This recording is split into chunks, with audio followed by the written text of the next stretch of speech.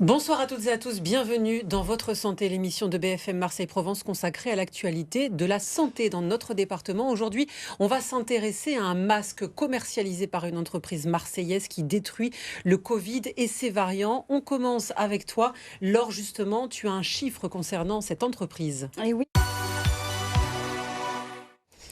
Alors le chiffre de la semaine, c'est 8,4 millions et c'est le nombre d'articles qui bénéficient de la technologie Pronim et qui circulent dans le monde. Alors Pronim, qu'est-ce que c'est? C'est une technologie qu'on appelle la micro-encapsulation et qui permet d'envelopper des actifs naturels et de les appliquer sur des textiles pour leur donner des vertus assainissantes ou même cosmétiques ou énergisantes. Alors comment rend-on un drap antibactérien, un masque antivirus, une culotte amincissante ou même une thé d'oreiller aphrodisiaque? C'est ce dont on discute aujourd'hui avec notre invité. Bonsoir Nathalie Agege, vous êtes la fondatrice justement de cette entreprise Pronim. Vous nous avez amené plusieurs articles, on le voit notamment ce masque. Est-ce que ce masque c'est le Viral Stop, le fameux qui détruit le Covid? Exactement, en fait, Comment il marche? c'est le masque qui a été imaginé et développé pendant la pandémie. En fait, la première chose qu'on fait chez Pronim, c'est qu'on fait de la chimie. On invente des technologies qui vont s'appliquer sur les tissus pour apporter une fonction au tissu. Ça peut être une fonction technique, une fonction biocide, comme dans le cas du masque, ou des produits bien-être, aphrodisiaques, comme vous pouviez le dire tout à l'heure. Et en fait, pendant cette pandémie, on a développé et inventé une technologie qui s'appelle Viral Stop et qui permet de détruire le virus responsable de la Covid-19. Donc le premier virus qui vient de Wuhan, mais aussi le dernier... Les variants aussi. Les variants, comme le variant Omicron. On a la possibilité, nous, de tester sur les virus vivants. Et donc, on démontre que ça peut tuer le virus en quelques minutes. Et donc, on a imaginé non seulement cette technologie, mais aussi un masque extrêmement technique, scientifique, qui permet de très bien respirer, de bloquer complètement la filtration du virus et d'appliquer le Viral Stop à l'extérieur. C'est-à-dire que quand on porte ce type de masque, on est sûr de ne pas tomber malade. Et concrètement, comment ça marche? Ça bloque le virus ou ça le détruit grâce à des agents présents dans le masque? Exactement. En fait, ça attrape le virus. Pour être très concret, le virus ne reste pas à la superficie du masque, comme ça arrive très souvent avec des masques en non tissé. Et ça attrape le virus et ça détruit sa membrane. Donc, en fait, le virus ne peut plus s'accrocher à nos cellules et nous infecter. Donc, en fait, c'est ce qu'on appelle un killer de virus. Alors, comment ça marche la micro-encapsulation? Parce que vous faites des masques, mais vous traitez aussi tout type de textile. Est-ce que vous pouvez nous expliquer comment ça marche?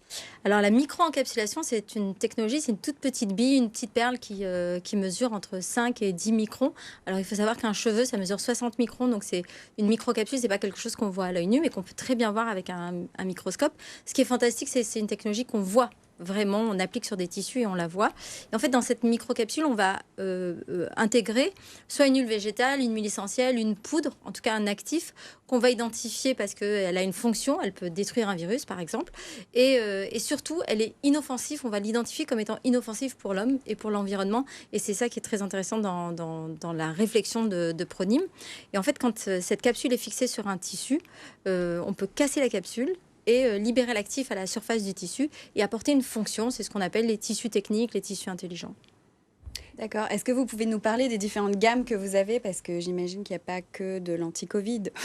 Alors, sur la base de ce concept, de cette idée de dire on peut fixer une capsule sur un tissu et finalement on décide à quel moment la capsule va se casser en fonction de plusieurs paramètres qui sont la technologie de microencapsulation dans son ensemble.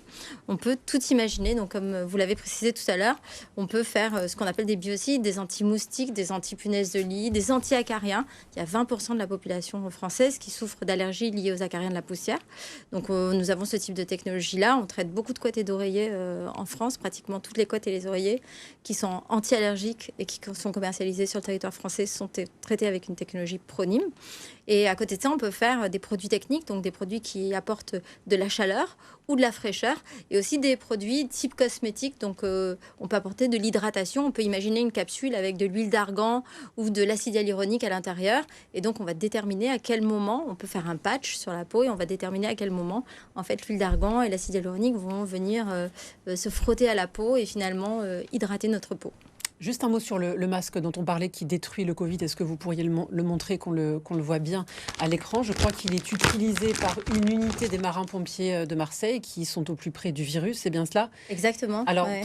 pour parler de ce masque, combien de temps on peut l'utiliser avant de le jeter ou le laver? Non, il est lavable, c'est ça? Alors, il est lavable plus de 50 fois. Et en fait, c'est pas du tout un masque qu'on jette, c'est un masque qu'on garde. L'intérêt, c'est que la technologie ViralStop, c'est une technologie qui ne part pas au lavage. Elle est hautement fixée sur le tissu.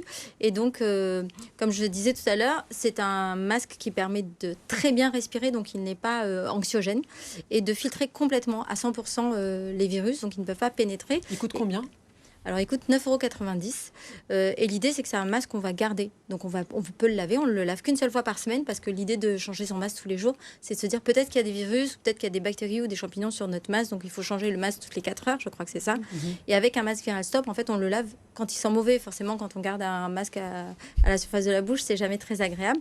Et donc, on le lave quand on pense qu'il est un petit peu sale, une fois par semaine, même à la main. Et la technologie résiste. Donc, c'est vraiment un produit qui a une réflexion durable très importante. Et on l'achète, pardon, je voulais juste savoir où on l'achète rapidement. Alors, on l'achète sur un site internet qui s'appelle viral-stop.fr. Et du coup, le spray, il sert, il est complémentaire au masque? Alors le spray, il a été réfléchi pour les problématiques qu'on a. On pouvait plus aller au cinéma, on pouvait plus se déplacer, on savait plus où s'asseoir, on savait plus comment faire avec nos vêtements. Donc c'était l'idée de pouvoir proposer aux gens un spray qui va leur apporter un maximum de sécurité et donc de la même façon ce spray peut être appliqué. Nous on fait un produit industriel initialement puisque c'était le but, mais vraiment au cœur de la pandémie on s'est dit qu'on pouvait aussi accompagner les gens. On n'a pas l'habitude de faire des produits finis, mais le but c'était vraiment d'être au plus près de la problématique. À mettre sur les textiles, donc ce spray. Tiens, Laure. Moi, j'aimerais aussi revenir sur... vous avez dit qu'on pouvait traiter les textiles, les vêtements qu'on porte techniquement. Vous avez travaillé avec l'alpiniste... Emma Claire Dumont. Emma Claire Dumont, vous pouvez nous expliquer comment vous avez collaboré avec elle? Alors Emma Claire Dumont, c'est une femme qui est une challengeuse. Et donc je l'ai rencontrée, elle venait de faire ce qu'on appelle les 7-7-7, 7 jours, 7 marathons sur 7 continents. Donc c'est une performance juste incroyable et pour une femme encore plus, peut-on dire.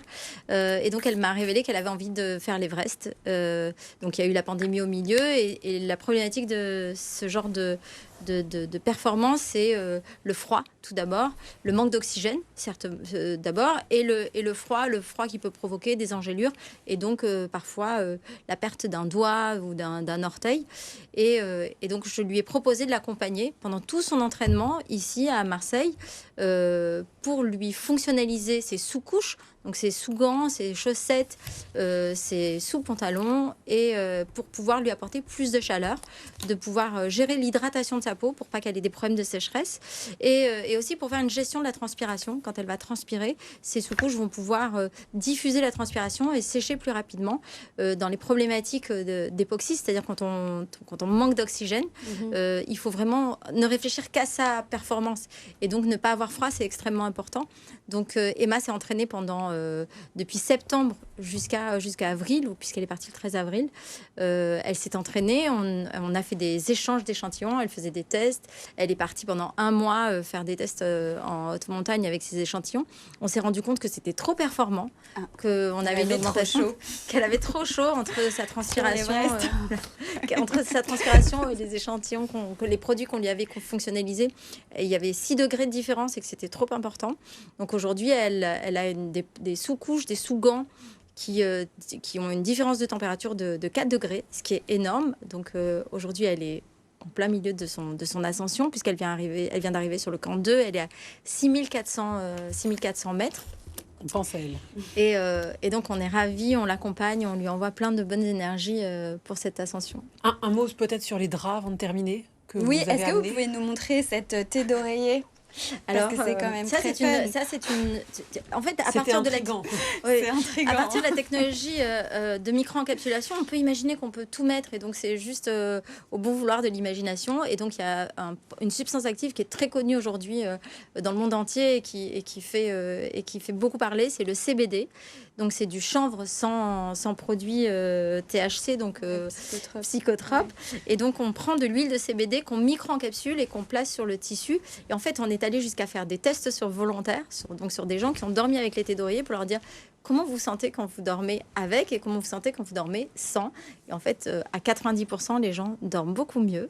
Ils ont moins de réveil durant le sommeil et ils se sentent plus relaxés. Donc forcément, on a appelé ce produit Relax CBD. Merci beaucoup Nathalie Agege. On passe à l'objet de la semaine avec toi alors. Alors l'objet de la semaine, sans surprise, c'est une technologie Pronim et c'est l'anti-punaise de lit. Donc c'est un spray qui est entièrement composé d'actifs végétaux, d'origine végétale. Et alors quant au mode d'emploi, Nathalie, vous pouvez nous en dire un peu plus? On le met sur ses draps, sur ses vêtements, sur sa valise quand on voyage. Alors la problématique des punaises de lit, c'est qu'on les ramène chez soi quand on part en voyage. Donc l'idée, c'est de faire de la prévention, de mettre du spray sur sa valise et de faire très attention. Et quand on a des punaises de lit chez soi, pour éviter finalement de se faire piquer, de mettre du spray sur son lit. Ça permettra aux punaises de lit de s'éloigner du lit et de pouvoir quand même dormir confortablement. Ça, c'est très très bon à avoir. Donc, on part en voyage dans un hôtel Airbnb, on badigeonne sa valise. Alors, Airbnb et parfois des très beaux hôtels où il y a aussi des punaises de lit. Non, bien sûr. Oui, non, je dis hôtel ou Airbnb. Oui. Et ça, il n'y a pas d'équivalent. Il n'y a pas d'équivalent. La problématique des produits anti-punaises de lit, c'est que souvent, on vous demande de ne pas toucher ou de ne plus être en contact avec la chambre pendant quelques heures. Alors que là, on peut rester ça peut être en contact avec la peau, il n'y a aucun problème. Merci Nathalie Agege d'être venue sur le plateau de Votre Santé. Merci à toi, Laure, d'être là chaque jeudi. Vous restez sur BFM Marseille Provence, l'information continue.